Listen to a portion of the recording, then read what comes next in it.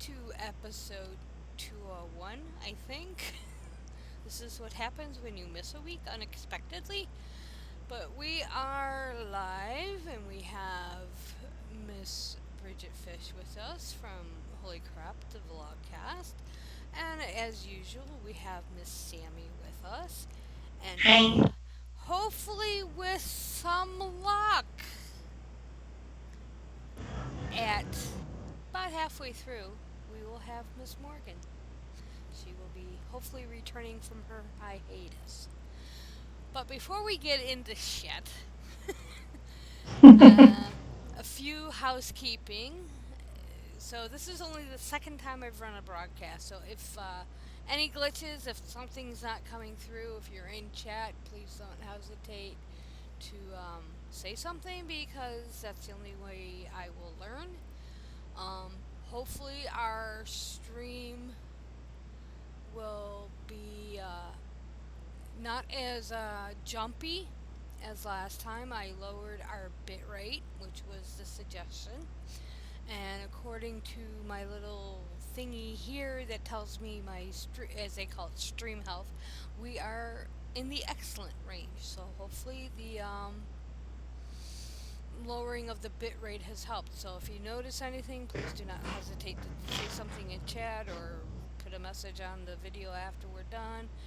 Ping me on Facebook or Twitter or whatever. Um, this is a learning experience, and it's really hard to learn something when you have no time to put into it because work has interrupted us. And hello, Angela. Nice to see you. And yeah, Sam, hi. Right now, those are our two people in chat, but I do know that our shows do get downloaded. Hopefully, somewhere along the line, it would be nice if I could get it done before the first of the year. I will have our what the hell was it? Stitcher uh, back up in our Patreon. I'm working on it slowly, but as I said, I suffer from workers interrupters, which I know both of you guys can relate to, and I know Morgan can because that's why she hasn't been here. But so how are you doing, Renee?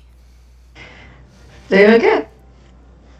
Oh, woman of so few words, doing good. Yeah, And it's been working my butt off and relocating to another office, which is always fun. oh, that's right, that's Yeah. right.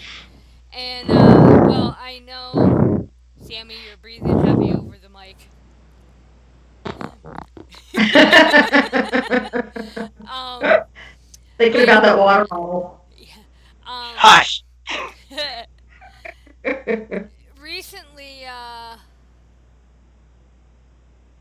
Sam's got a lot of echo so far. Okay. I'm sorry, I read out loud, and you'll see me kind of doing this to the screen. It's because I've basically gone completely blind in my right eye, which was expected. I mean, I have macular degeneration and glaucoma, so not a whole lot I can do about it. So I'm struggling to read the screen without enlarging it 300%, but then if I do that, I can't see any of my controls. But you just recently got home from visiting somebody. How I was that? did. That was fun. Haven't even unpacked your rush bag yet, I noticed. I know. I procrastinate. But yeah, it was a really cool visit. Got to go to Niagara Falls. Got to hang out with Sammy and had some martinis and went to karaoke and just had a good old time. Hated to Well, come home. yeah.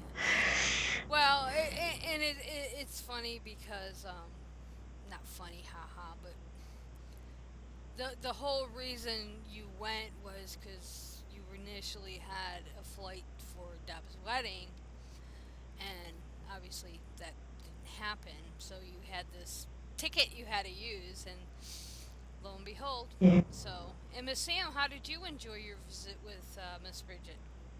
Oh, it went by way too quick. It was a shame that I had to work a bit during, but it was so much fun. Oh my gosh, it was so much fun. And the kiddies miss you too. They've been looking for you since you left. Oh, That's cool. oh. Just noticed two sets of glasses. Actually, I have four. I will have five once I get in. Well, three of them are magnifiers. They're not really glasses. They just help me read the screen better. But oh well. I just deal with it. But so yeah, it was and what was bizarre was Morgan posted a photo from the last NanoCon that Deb and I and her attended, and it was a photo of all three of us. So it was like, sigh. Oh.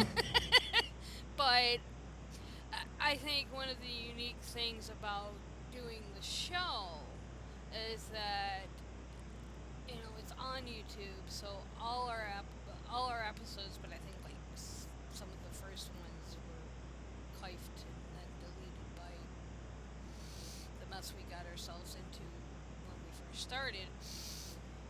So if I want to go back, I hear her voice, so it's like, whereas with my former girlfriend, when she passed away, you're talking 3 years ago, I don't even remember what her voice sounds like because I have no recordings. Well, everything was destroyed in the fire, anyways.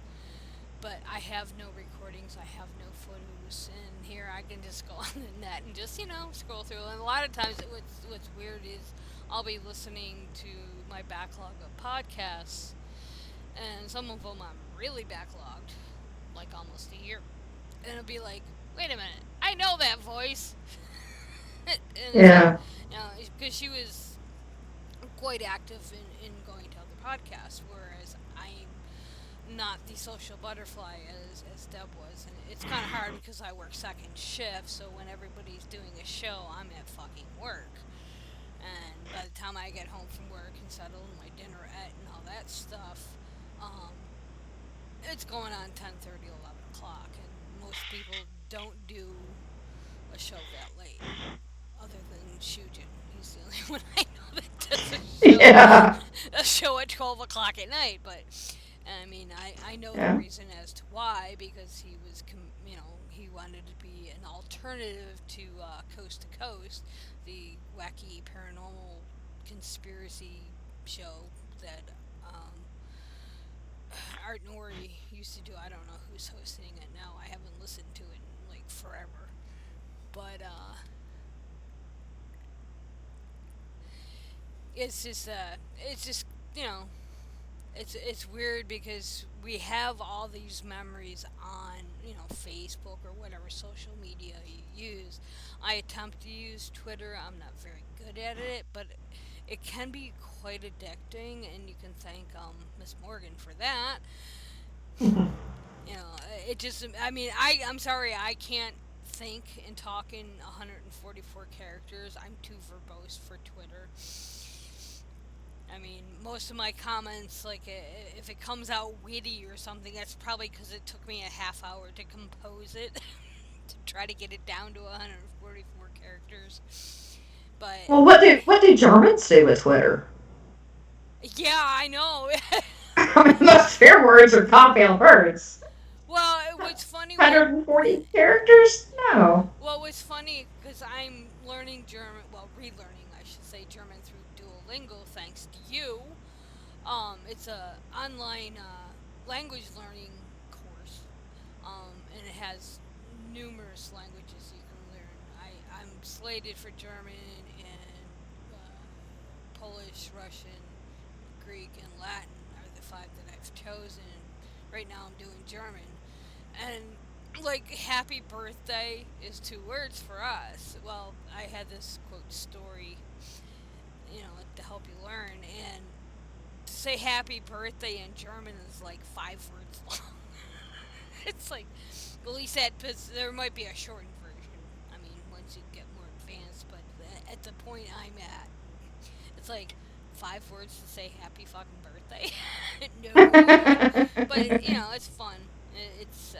I'd rather do that when I can't sleep and need something mindless to do because my sleep's so disrupted because of my itchies, as I call them. Oh.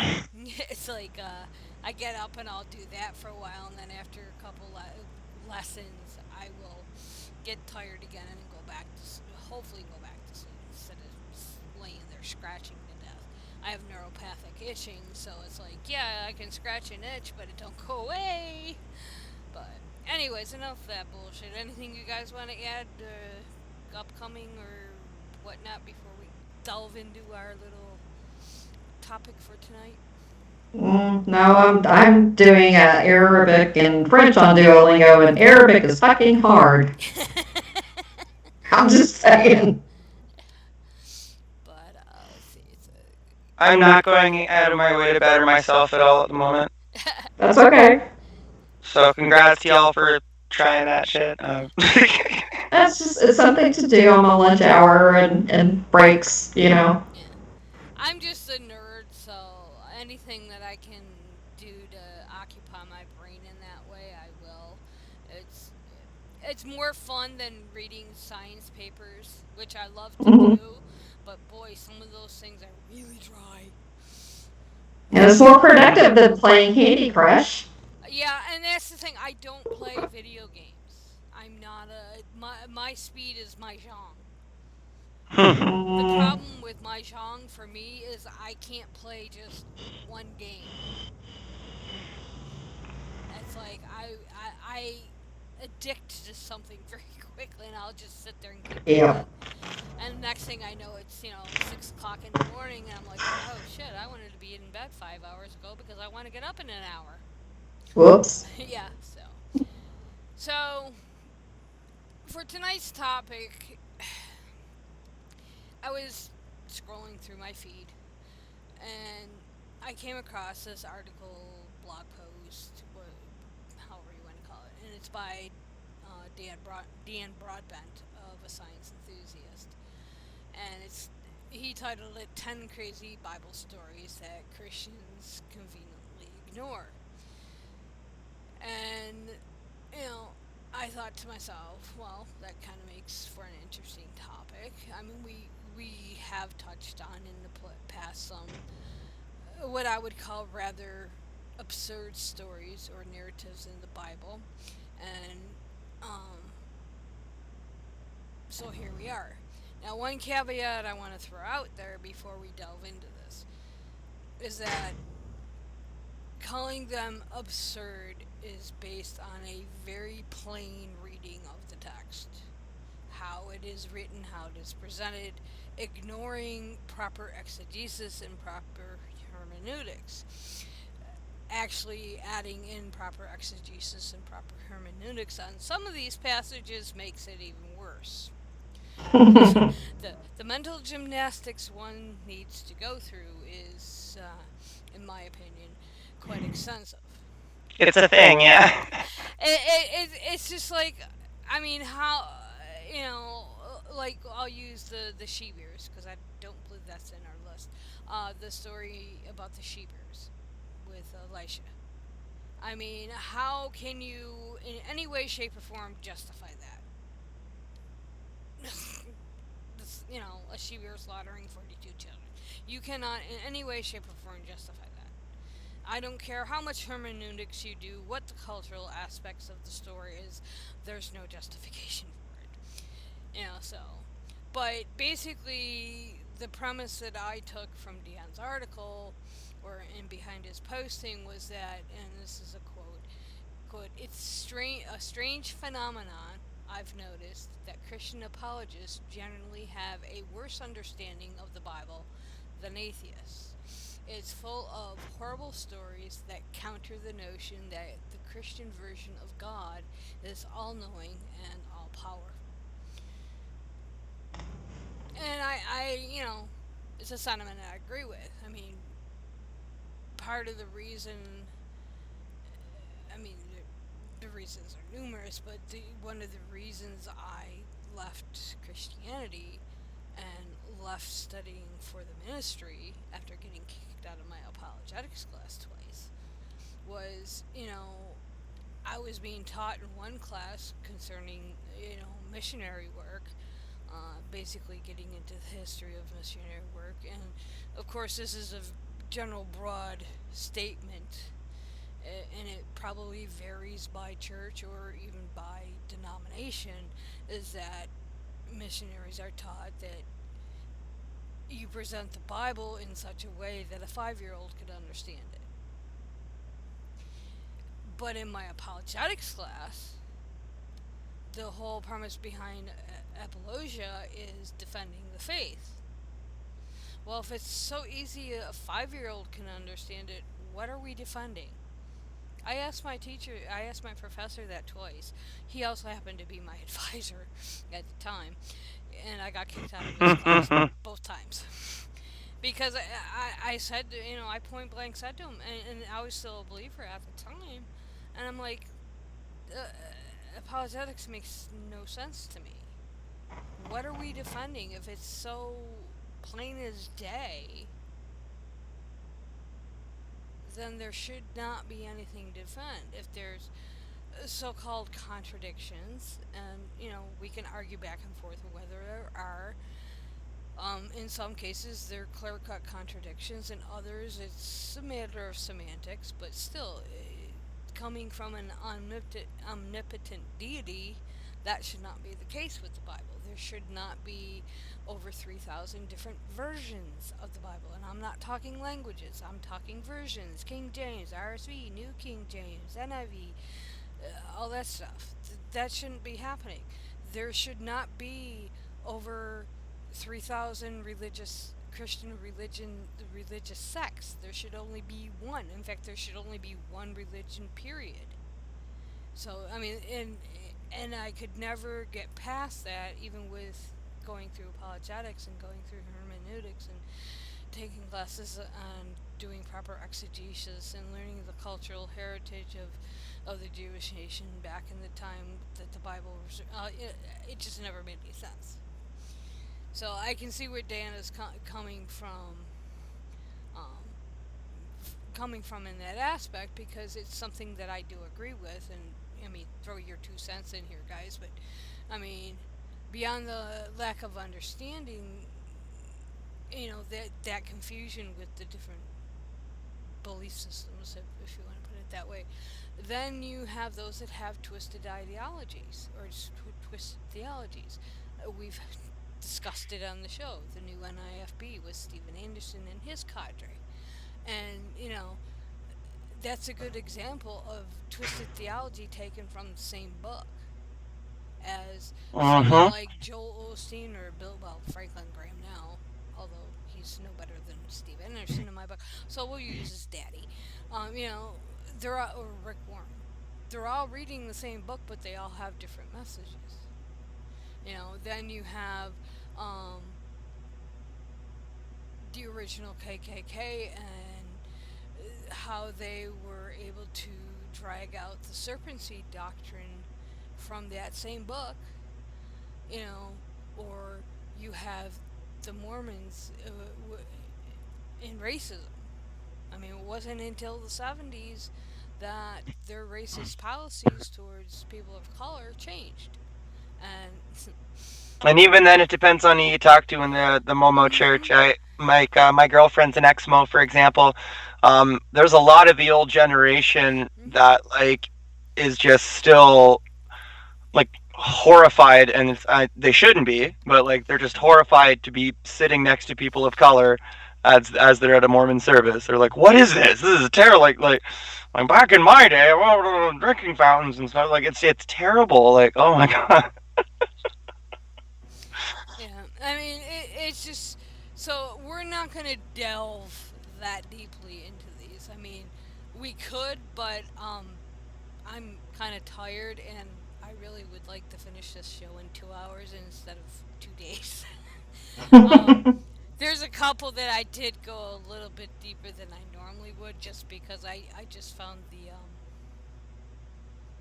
commentary, I guess, kind of interesting, intriguing, unusual. I don't even know how to um, fathom it. It's just, now that I look back on my 20-year-old self and wonder what the fuck I was thinking, because it's like I used to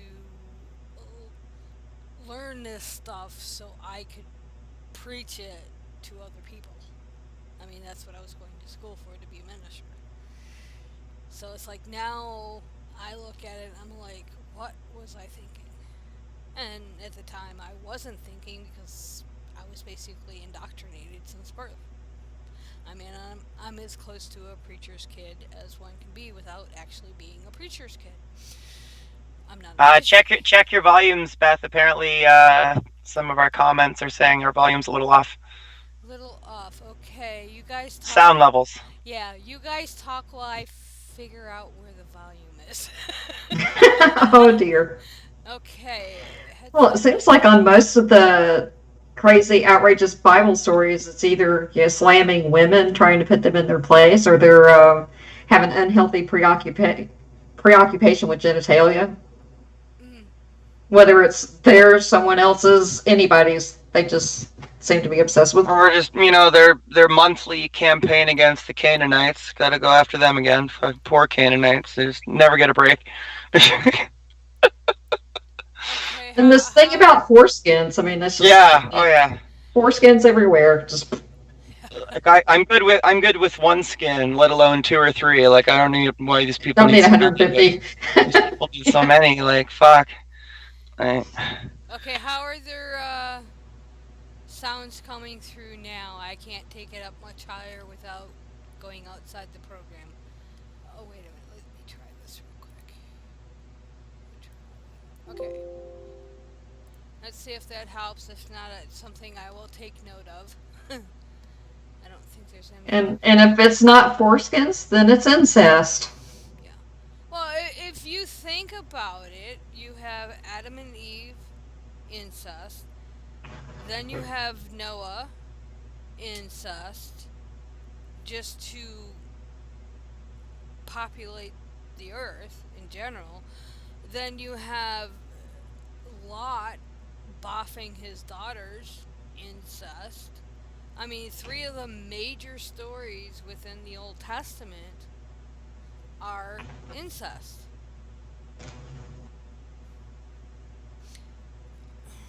Just, And eh. I mean, I have a bit of a different view on it. If you're a consenting adult, so be it. It's still kind of icky to me. But if that's your thing, fine. But if you're doing it to a child, that's a whole different ball game. But it's like, but even still, I mean, there's that ick factor in the whole notion. I mean, with the three major stories in the Bible, and I don't think we actually touch. Oh yeah, we do touch on the Lot story, but so I'm just gonna go in order of how he published these, and the first one he brings up is First Timothy 2:12, and it's for those of you that are familiar with the Bible.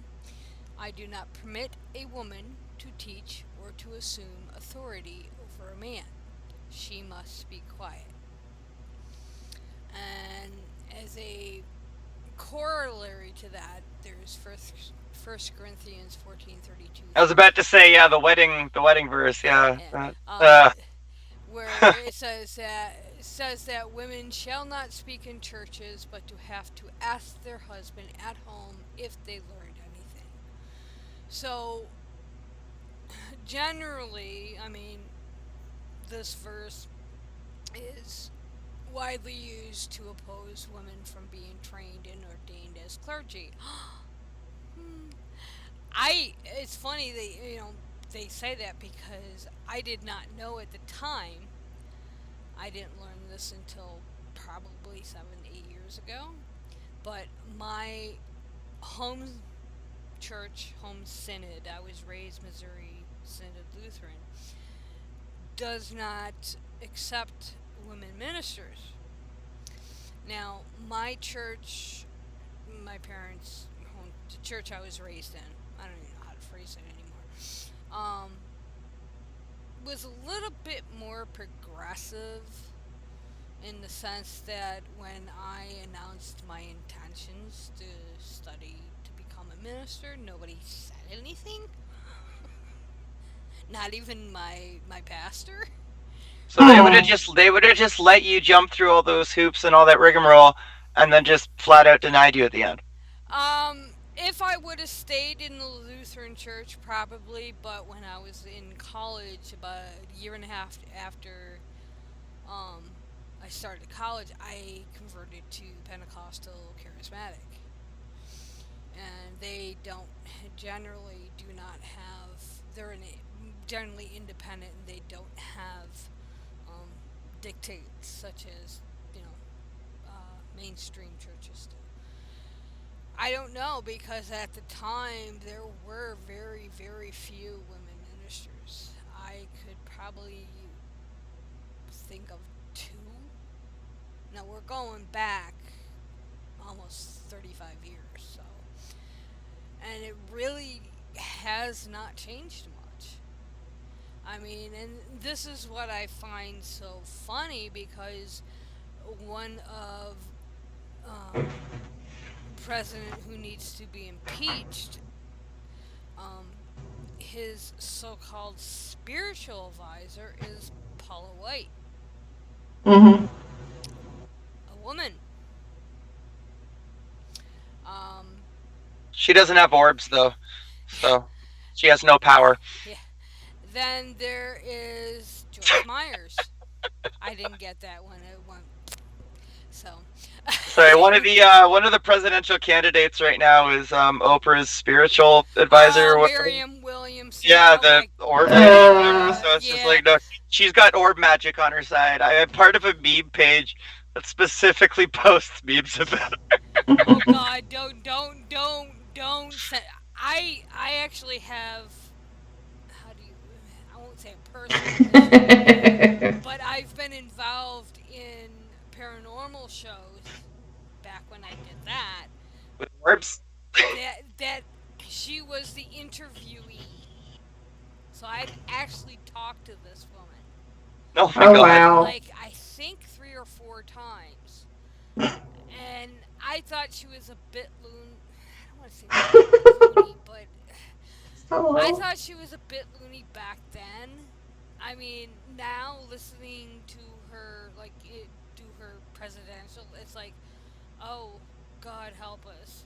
It's still sad God. that she would do a better job than Well, yeah, that's the sad part. well, I don't know if she would because she scares me in the sense that she reminds me of JC Knight. Oh, really? Okay. Yeah. Okay.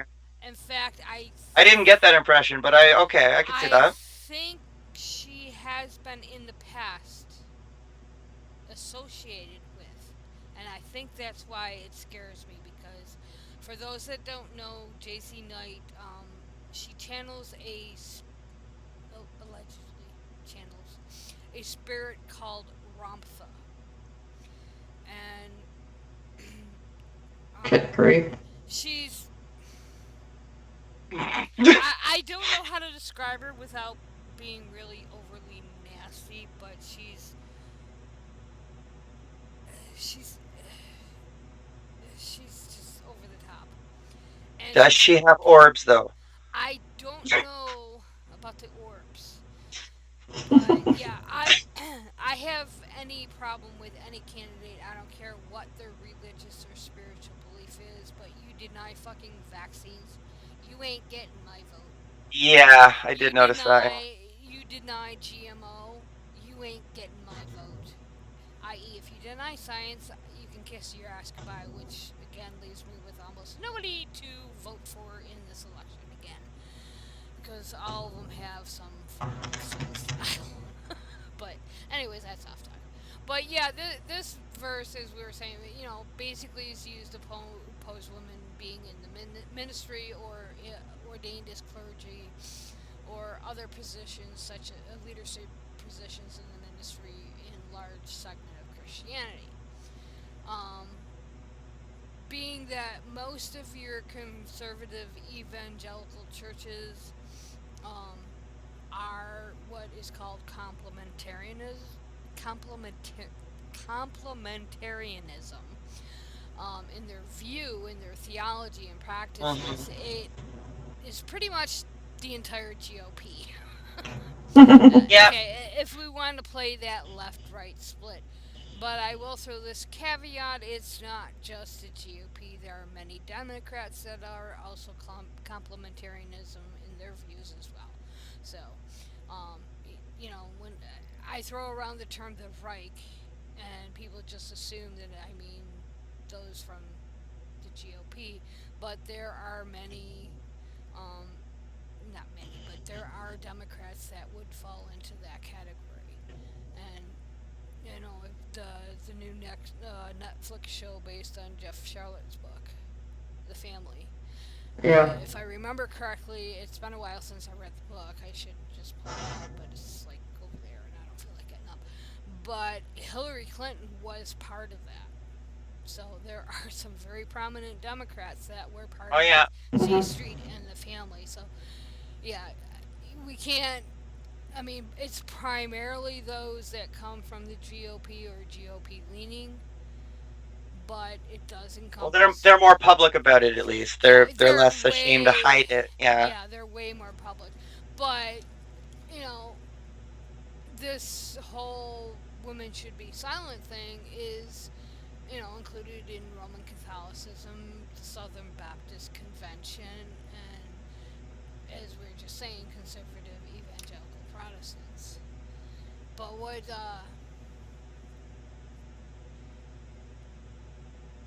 what I found interesting, and this is something I discovered years ago, is that this passage in and of itself is actually considered pseudographical. Um, they, you know, think it was a late add-on. They don't think That's it. just it. A lot of Timothy, and a lot of the end of the book of Mark are like scribe errors, Yeah. hearsay, or just added on later. Yeah. Well, Yeah. there's a really interesting book, and it's been a while since I read it. It's by Richard and Catherine Kroger, and it's called "I Suffer Not a Woman: Rethinking First Timothy 2:11 through 15 in light Hmm. of ancient evidence." Now, it's kind of a dry read. I seem to specialize in that, but Maybe it's you're just asking for too much from your author. well, no, I mean, I get like while most people would be out reading Stephen King or Dean Koontz or whoever's popular now, I'm more into these strange titles, but that's just me. Way to date yourself, Captain 90s. That was adorable there. Yeah, well, yeah. Michael Crichton, throw that in there, and all these 90s. Just get it all out there. I only read one Michael Crichton book, and I regret ever reading it because the reason being it was what the hell was the title? It turned out it was an anti-GMO bullshit thing, and I'm like, but yeah, totally changed my opinion of the man. Now I did see the first two movies of Jurassic Park, but I'm not a movie person, so it just his writing never really stuck with me. But yeah, He went through phases in his life, is the thing. He well did everyone did, phases, yeah. But yeah, in the book, they posit that Paul did not write the epistle of First Timothy, but presents a case for interpreting First Timothy 2:12 as a refutation of false teaching rather than a narrow restriction on women's role. Basically, Paul was addressing a patriarchal problem localized in the church at Ephesus. Excuse me. So, I'd be surprised if Paul had any time to care about women. He was too busy having fun with Silas. Like seriously, like I wouldn't be surprised if somebody else just wrote that whole freaking thing because he couldn't. He had no time for that. That's why he encouraged people to not get married, and like you're well, going, yeah. Jesus is coming tomorrow. Well, what's really funny, well, not funny, haha, but what's really intriguing about Paul is that, and people have heard me use the term, is there's Christianity and there's Pollyanny. Mm-hmm. And because a lot of Paul's teachings are diametrically opposed to what Christ taught. Mhm. And that was actually the big schism with the original 12 apostles and Paul was the fact that they felt that Christ was preaching to the Jews and the Jews only, where Paul was trying to reach the Gentiles, and that caused kind of a thing. And then you have the whole issue that my numbers might be off, but 7 of his 13 letters are what would be termed not the modern day definition of forgery, but the textual criticisms use Yeah, of the term forgery, Barterman.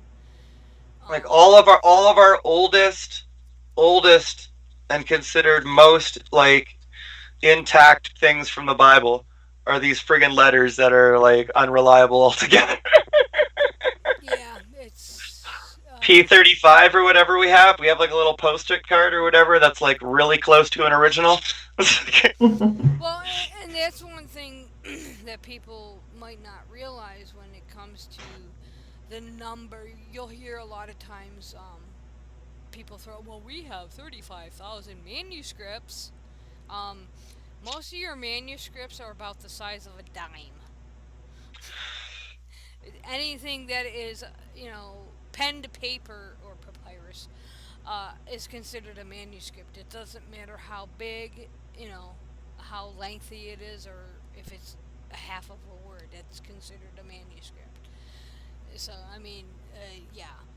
But the crux of the interpretation that the Krogers put forth focuses on one word, and that's authentane, and I'm probably pronouncing that wrong. And it's normally translated to usurp authority, but one of the criticisms of that interpretation is that there is there's no context or controlled text, and what they mean by that, there's nothing to compare it to determine its actual meaning. No one knows for sure what the word means and exactly what Paul is forbidding. So, as I said, I don't want to go too deep, but this is part of the problem with a verse such as that. You can't rip it out of, the Pauline letters without the context of his entire, or alleged entire, corpus of writing within, within the New Testament. So, I think that was an interesting first choice that Dan put down was the Second Timothy passage, and Mm-hmm. um, I mean, as you can tell, I could spend hours talking about this passage alone, but I'd probably bore you all to death, including myself. I actually wrote a paper on this passage in college, so although I don't have the original paper, it's still sticks in my head even after 30 years. Because I actually had a different view back then. I just was a rebel without a cause. I didn't give a shit. I was like, I'm gonna change it. But do you have the article up, Sammy? Do you want to read the second one? I love this second one. This second one is golden, and I remember learning about this when I was really, really young, and wondering why just the vast severity. Because obviously women are evil, and men just need to you know be less something or other. But women are definitely the problem because if what is this, Deuteronomy? Oh, love Deuteronomy. So if a man takes a wife and after sleeping with her dislikes her, and long and short of it realizes, oh hey, you're not a virgin before we fucked, then the young woman's father and mother shall bring to the town elders at the gate. So now in front of the whole population of the town elder, wise person, proof of her virginity. The fathers will say to the elders, I gave my daughter at this marriage, but now he has slandered her and said, I do not find your daughter to be a virgin. But then the parents shall display the cloth. Gosh, girls, that's romantic. I totally forgot about that tradition. I totally forgot about that. Now I'm remembering Yentl, where she spills the wine, spills the wine on the bed there. But yeah, fuck. So like your virginity cloth, like your sacred thing. I'm just gonna show it off to the whole town now. Here, guys, look at this. Look what my daughter did. Isn't she awesome? Isn't she awesome? Oh, and then the elders shall take the man and punish him 500 pieces of silver. Give it to the young woman's father. And she has to continue to be his wife. However, if the charge is true and no proof can be found of the young woman's virginity, then she shall be brought to the door of her father's house, and there the men of the town shall stone her to death. For she has done an outrageous thing in Israel by being promiscuous while still in her father's house, and must be purged. The evil must be purged. So, on one hand, they don't even care about Buddy's virginity at all. At all. That's not even because, that's never even a thing in ancient cultures whatsoever. So, they don't even care how many times he's fucked. It's all about her. Mm-hmm. And in the end, this form of currency is actually not that hard to come by back then. So, that's like your first time speeding kind of fine. Like, really, you're not doing so bad for yourself, whereas she gets fucking stoned. And not the good kind. By all of the men in the village in front of her father's house. That's a and then I like his commentary on it because it's so true. Every time you'll get the circular apologetics where they say Christians like to dismiss this by saying, "Oh, that's the Old Testament. We don't pay attention to that. It was replaced with the New." Well, then I guess let's stop teaching the Ten Commandments. Let's stop teaching Noah's Ark. Let's just start at Matthew. But you don't. Even the Gideon Bibles that are reduced still have Psalms and Proverbs in them. Like, oh, it's so true. I hate that circle they pull. I hate that circle. Let me interject really quickly. Shasta, I made another adjustment on the volume. Is it any better? Renee, talk a minute. Talk about what? The next one? Well, no, not yet. I got something to interject. I just wanted to see. I found the volume for Skype, so I brought your gain up a little bit. Okay. Was that too quiet? Yeah, I think. Well, unless it's me, but I'm at max on everything. So, well, yeah, I think to go back to what Sam was saying.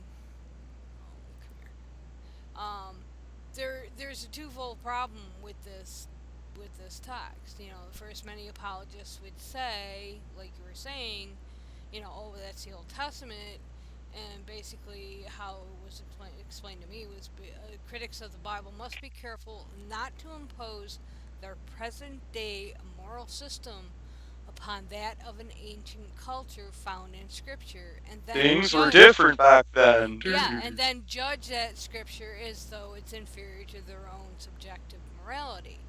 Okay, that's fine. I agree with that 100%. We cannot interject 21st century morality on, uh, you know, first century BCE morality, etc., etc. But it goes two ways. Um, then you cannot implement first century moral values on the 21st century either. Mm. I.e., you cannot use the clobber passages Exactly. in Exactly. Leviticus against LGBTQI plus individuals. Because you're still eating shellfish and mixed fabric and all the other things that are in that same line. Like, not even different lines, same line. Yeah, I mean, you cannot do that. I mean, you can't impose the moral values of back then to today because they change. Morals are not objective. They never have been. They are subjective. They are relative to the situation and they will change. So if you don't want us putting our values on something that was written 2,000 years ago, you can't put 2,000-year-old values from a book onto those of us in the 21st century. And, this is waiting to see what's going on here. Spinning wheel. Yeah, there we go. According to this, we're back, so hopefully y'all can hear us. Um, but yeah, I mean, you can't flip flop, morals from one century to another. It's just not the proper thing to do. And if you're going to do that, then you have to be consistent. You can't. Well, for LGBT issues, we're going to ignore this, but for this issue, we're not going to. You can't do that. It doesn't work that way. And then, basically, and is something you touched on too, is that this verse is basically women is shadowed, they're owned. So, you know, basically they're saying that women are no better than a pile of shit. So, are you there, Renee? Yes, I'm here. Do you have the article up as well? Would Yes. you like to read number 8? This is from Deuteronomy 25:11 and 12. If two men are fighting and the wife of one of them comes to rescue her husband from his assailant, and she reaches out and seizes him by his private parts, you shall cut off her hand. Show her no pity. So remember, ladies, if your husband's getting into a fight with another man, don't go for the nads.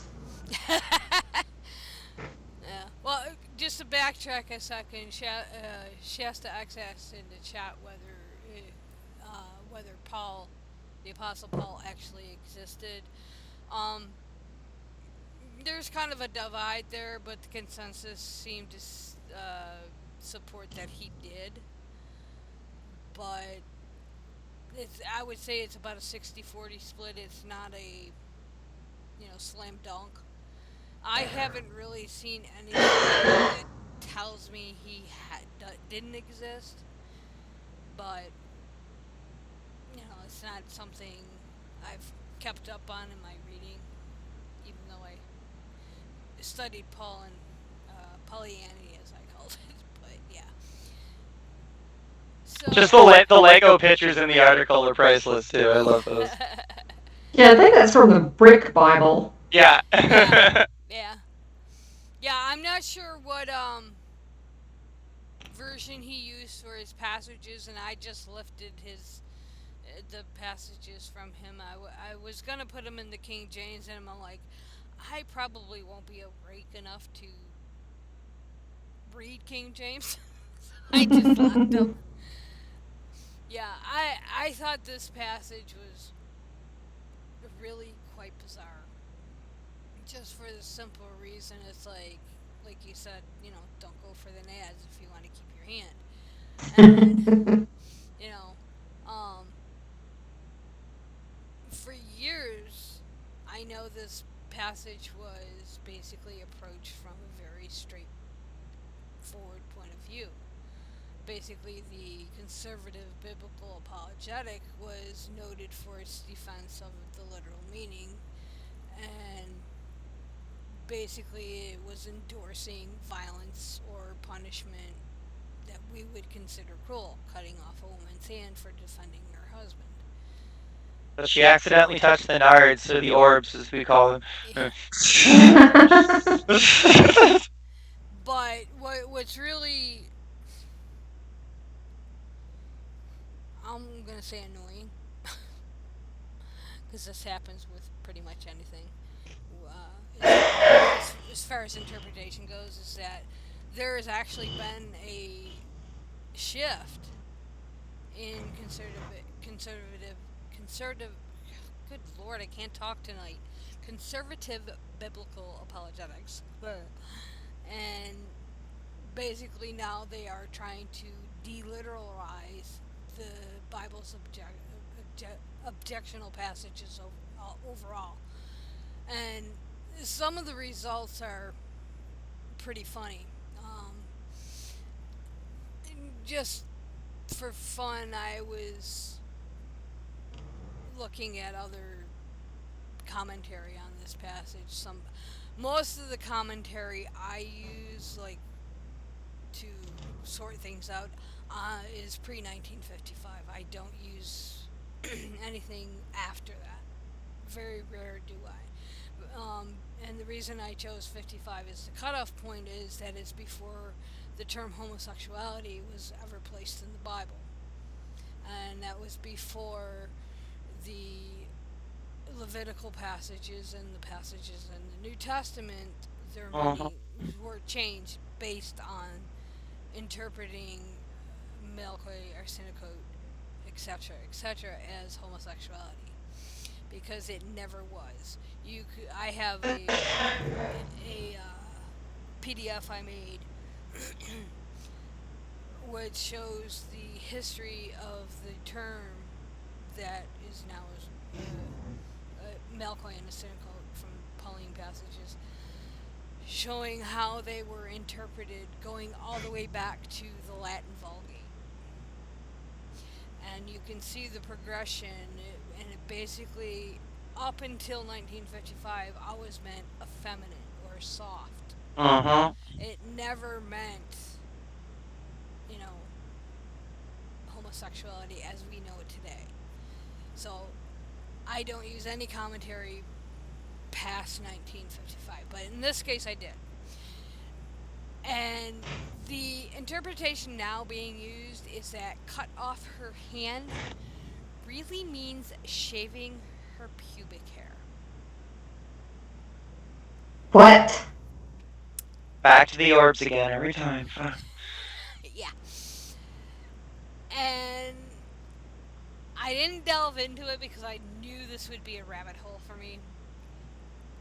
But from everything that I've read concerning this so called new interpretation, actually may hold some water, literally and figuratively.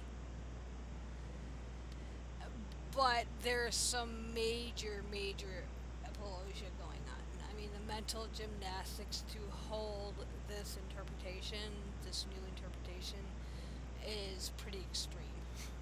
But yeah, they're now, not everybody, but some are saying that, yeah, cut off her hand means to shave her pubic hair. I don't know what the significance of shaving a woman's pubic hair is, but I don't know if I want to know.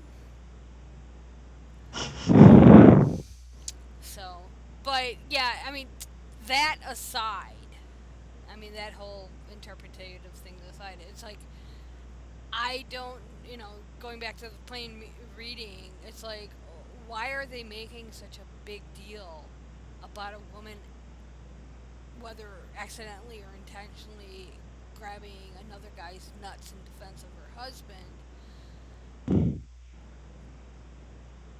Why I are women just doing anything in Old Testament days? Why don't they just all stand perfectly still, Yeah. Well, stare at the ground? I find it hypocritical that they're punishing a woman for doing that when in Genesis 24 2 through 4 is taken into consideration, because men back then used to swear an oath by grabbing their testicles to do so.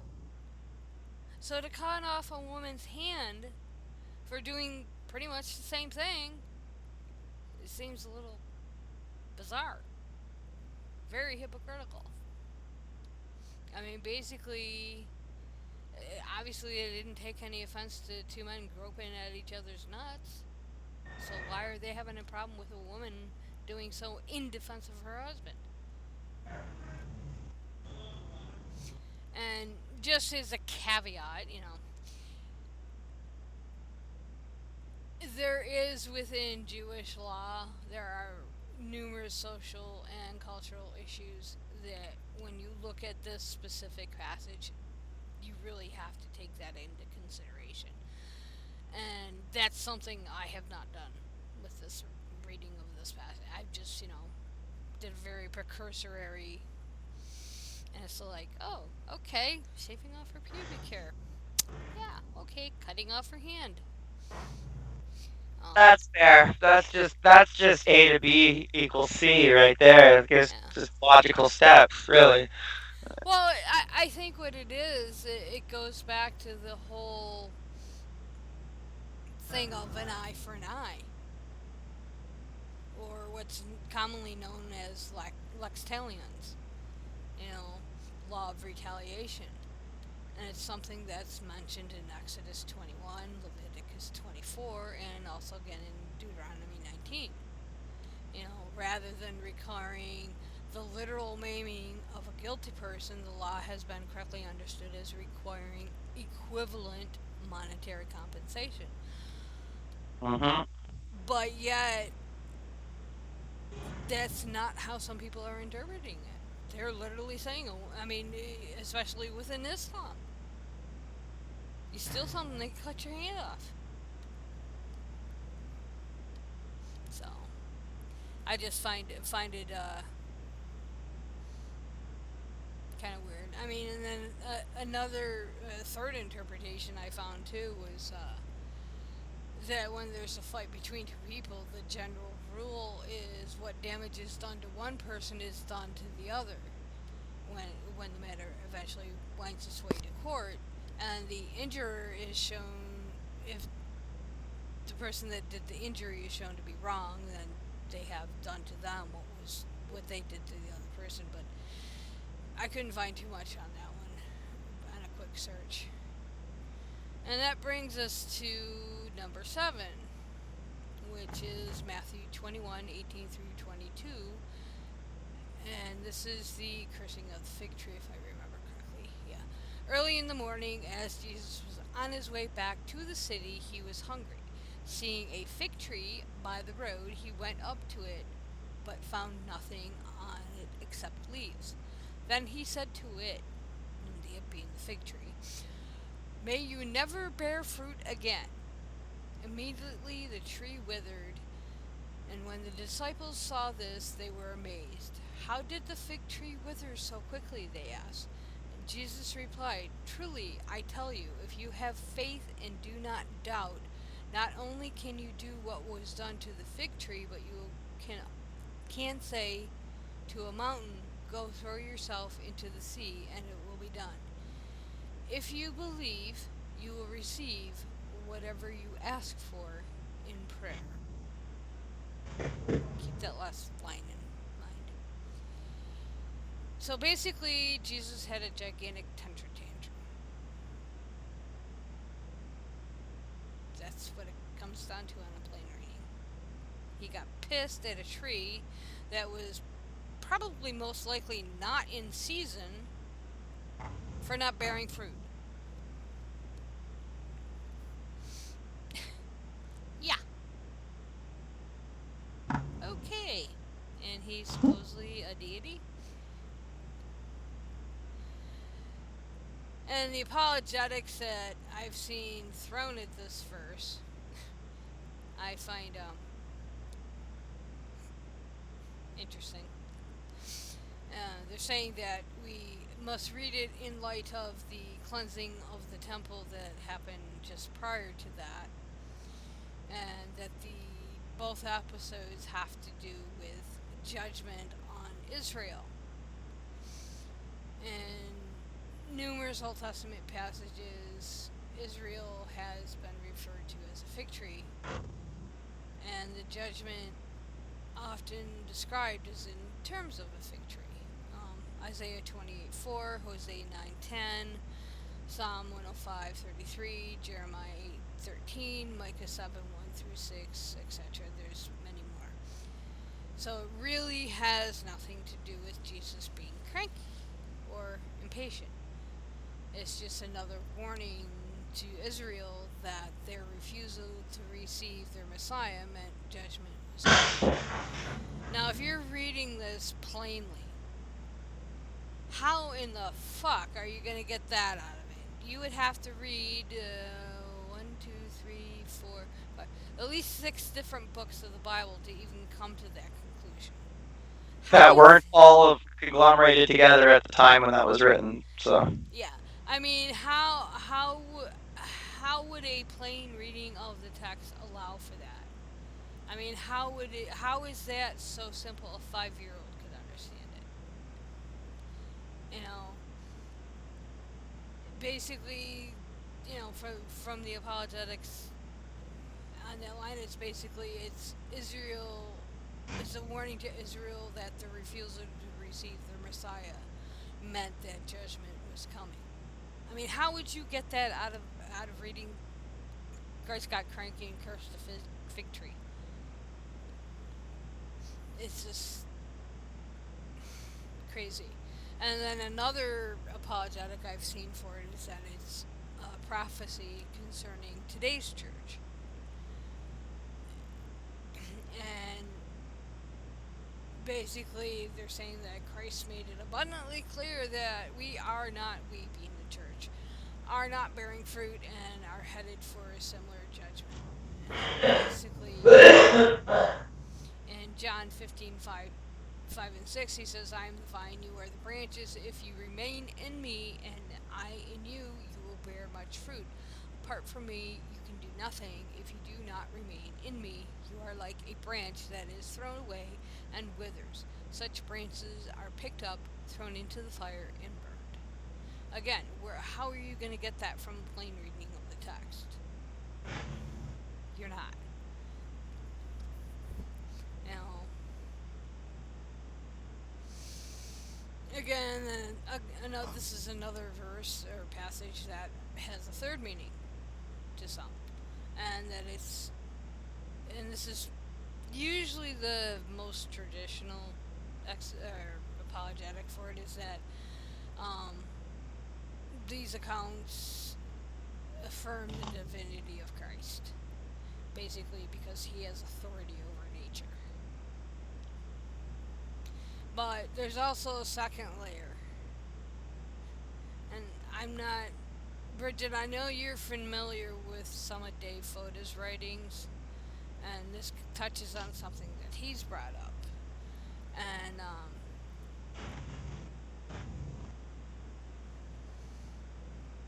it's basically deals with the efficacy of prayer. And take away some of the mumbo jumbo, it seems to contradict with Deuteronomy 6:16, which says, "You shall not put the Lord your God to the test."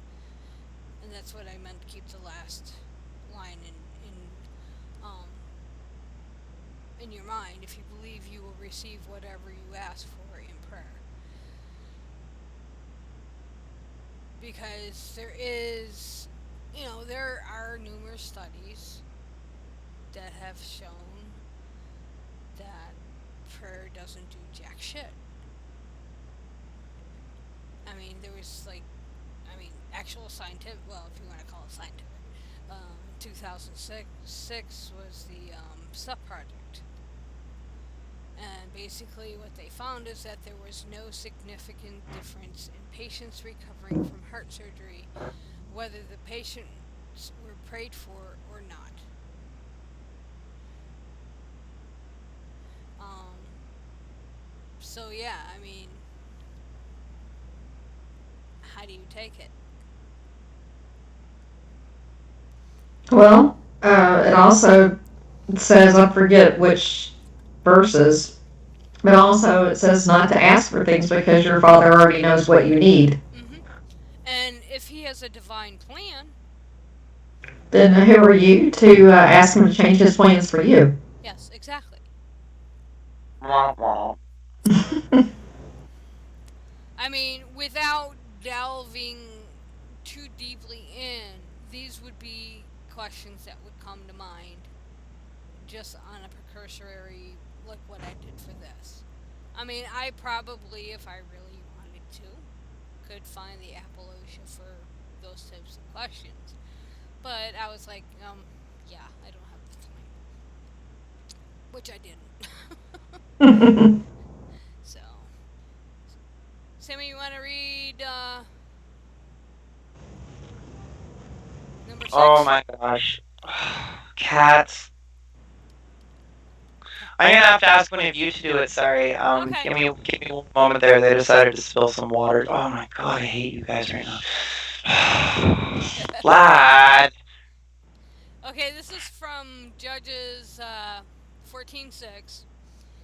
And it says, "The Spirit of the Lord came powerfully upon him, so that he tore the lion apart with his bare hands as he might have torn a young goat.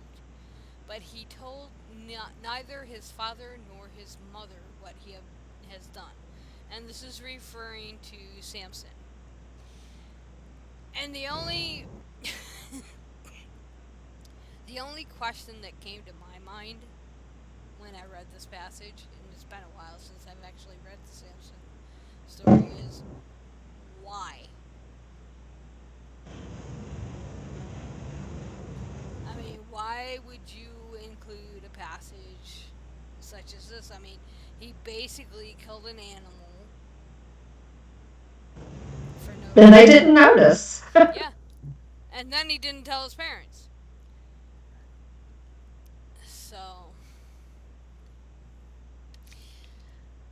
I just find that one kind of odd in the sense that it just doesn't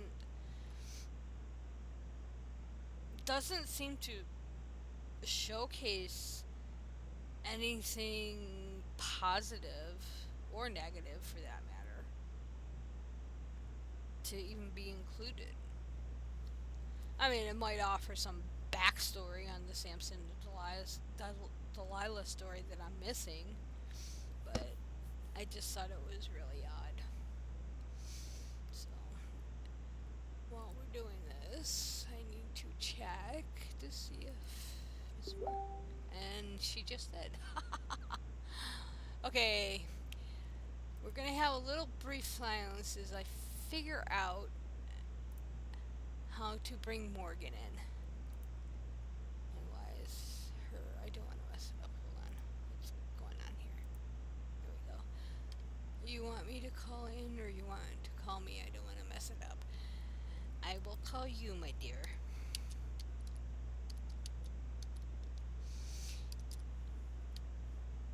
Okay, so we're going to take a wee bit of a. Whoops, that's not Skype. I'm going to attempt to bring Miss Morgan in. Add. Whoops. I hope I gave her enough time. Oh, there we are. On the wrong screen. Okay. So, Miss Morgan, is that you? Yes, it is. Hello. Oh my god! You're back. Oh, I and am. perfect timing. Let me see if I can put a live picture of you in here. Hold on one second. You guys bullshit while I do this. Okay. How about food on airplanes, hey? All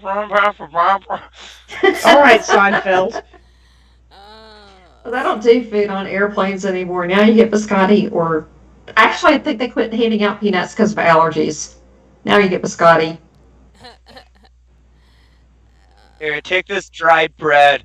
Enjoy your flight. And so you'll buy drinks. Yeah. That's my yeah. Because I'm theory. too cheap. I'm too cheap to buy drinks. The same. That's why we stuff the snacks in my purse for Yeah. later use.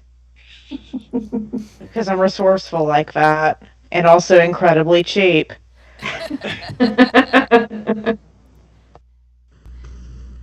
Okay, Oh, I'm man. almost there. Almost there. Where are you? There you are.